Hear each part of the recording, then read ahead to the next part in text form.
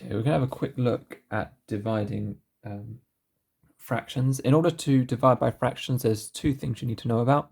You need to know what is meant by a reciprocal and how to multiply two fractions together.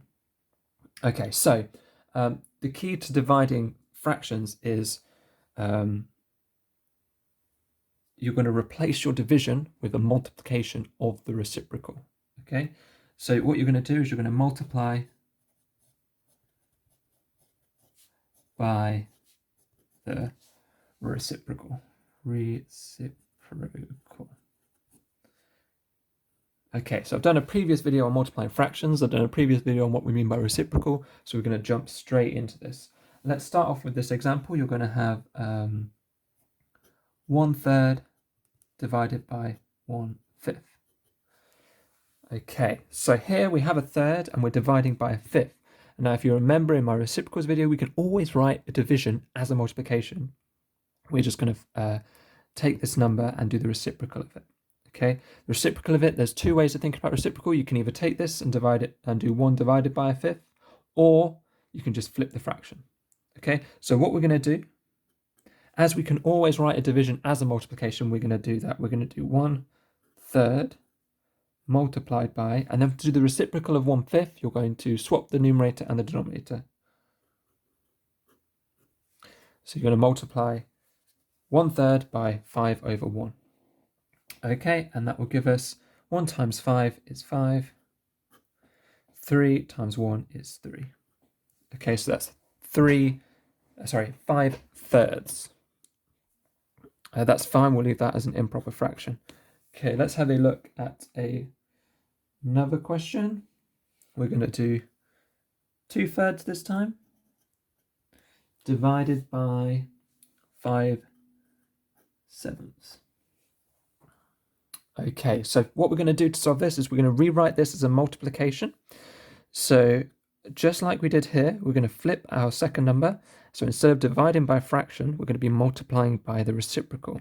So we've got 2/3, and this time we're multiplying, and we're going to do the reciprocal of 5/7.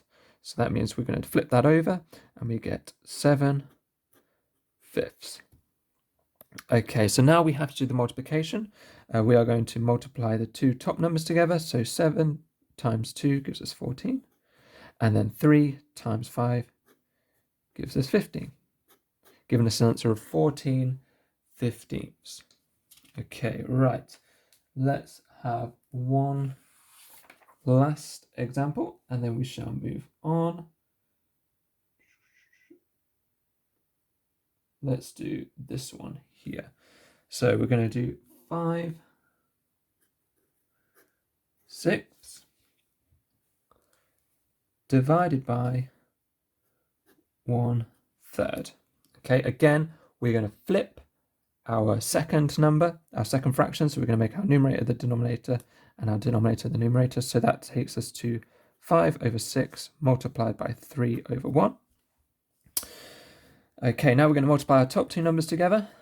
5 times 3 gives us 15. And then we've got 6 times 1 gives us 6. And now we can simplify this because they're both in the 3 times table. So let's do that. 15 divided by 3 is 5. 6 divided by 3 is 2. So that is 5/2. Right, let's have one more example. This time, instead of dividing by a fraction, we're going to divide by a whole number. So let's take a fraction. Let's do 7/8, and we're going to divide that by 2. Okay, now you can think of that 2 as 2/1. 2 divided by 1 is 2, so that's not changed it. Now we're going to flip the second fraction. So that's 7/8 multiplied by 1/2. And then that means we're just going to multiply the top two numbers together. 7 times 1 is 7. 8 times 2 is 16. Okay, so 7/8 divided by 2 gives us 7/16. Okay, so this works when you have a whole number here. You just have to remember to write that as a fraction and then flip that fraction. Okay, we could do the same thing here. Let's this time have a whole number.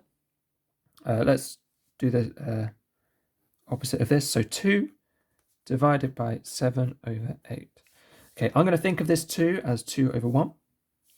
And then we're going to flip this second fraction. So we've got 2 over 1. The reason I've put this 1 here is it will become clear in a second when we do the multiplication. So now we're going to multiply by the reciprocal of this. So that's 8 over 7. Now I'm going to do 2 times 8. 2 times 8 is 16. 1 times 7 is 7. And we get 16 over 7. That is 2 divided by 7/8. Okay. The reason I did this was to show that division is not commutative. Even though we're turning it into a multiplication, it's still not commutative. So the order does matter. 7 over 8 divided by 2 is not the same as 2 divided by 7 over 8.